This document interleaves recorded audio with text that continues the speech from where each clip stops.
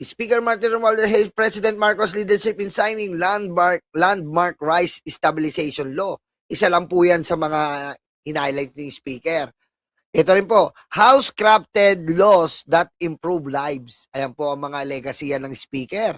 Ito pa po, House affirms support for landmark digital technological bills. Ayan po ang mga ni Speaker.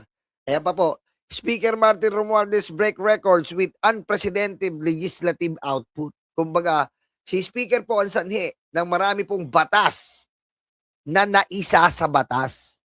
Okay? 'Di ba? Yun po yun.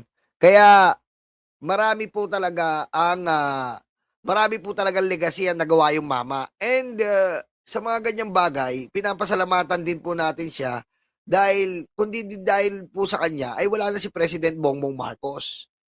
'Di ba? Kung di dahil sa kanya, wala na si Bongbong Marcos at nakaupo na po si Hello, Garci. Dagdagan mo yung boto ko sa Mindanao. Aray ko. Diba? Give the credit when the home credit is due. Aray ko.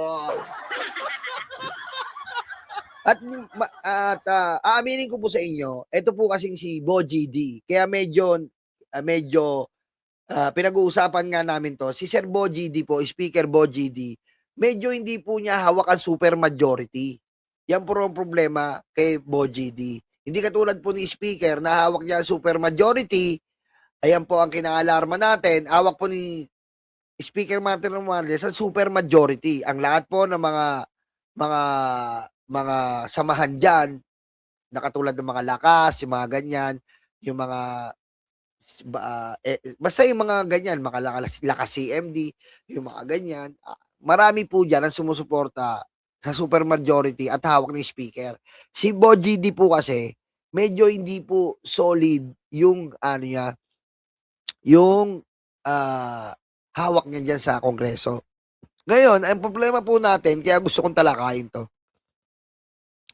Kailangan po natin maging mapamatyag kasi po, gaya nga ng sinabi ko, hindi hawak ni Speaker Bo GD at parating na po ang February, itong impeachment. Kailangan po nating makalampag dito na itong mga iba't ibang mga party leaders diyan sa Kongreso ay sumuporta po sa impeachment. Yan po ang importante diyan. Kasi po, nasa speaker din po yan eh. Kaya kailangan natin ma-push ni Speaker Bo GD na isulong tong impeachment.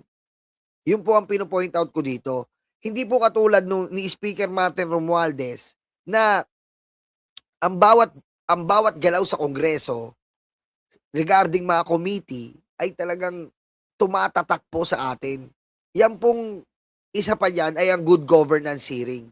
Dito po sa good governance hearing, dito natin napag-alaman na ang 125 million ay ginastos lang ni Sara. Binigay kay Gina Acosta, pinag-withdraw.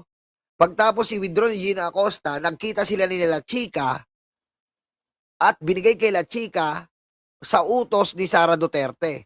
At doon nga natin nakita si Gina Acosta pagtapos magsalita, biglang namatay. Patayin mo si BBM? No joke.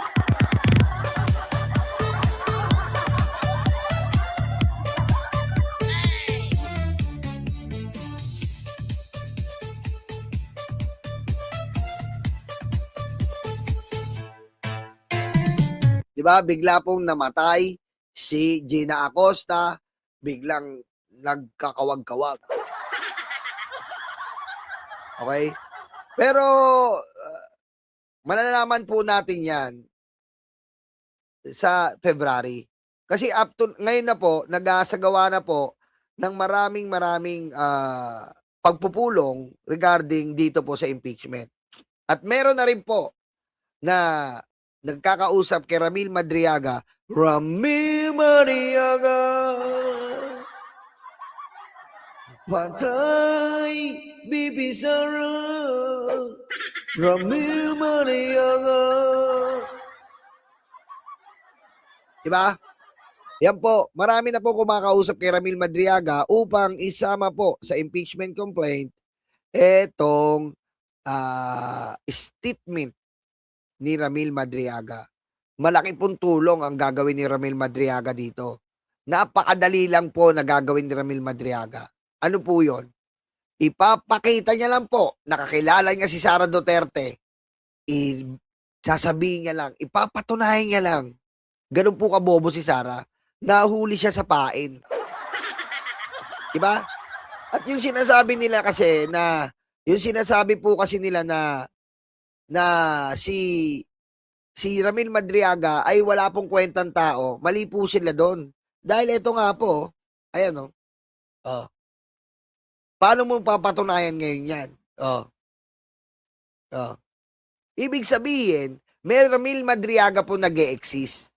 Ang problema ni Sara ngayon, dininay niya si Ramil Madriaga. Kahit kitang-kita na sa video, kahit alam na po sa video, na si Ramil Madriaga ay totoong tao. Oh, ngayon, paano yan ngayon? Kasama ni Chavit Singson.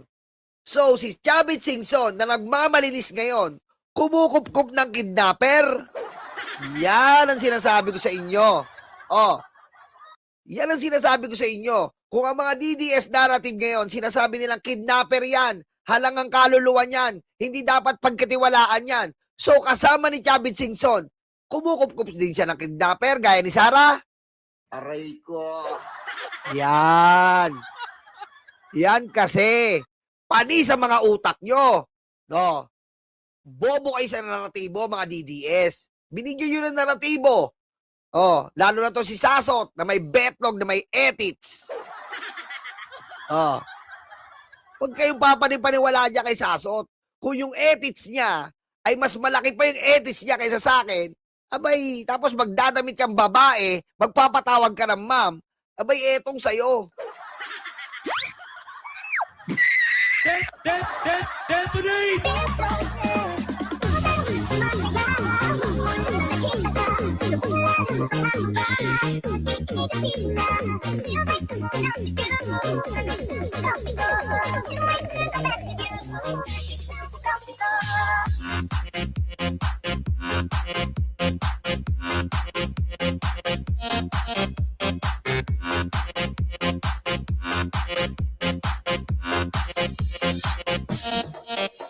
Oh, di ba?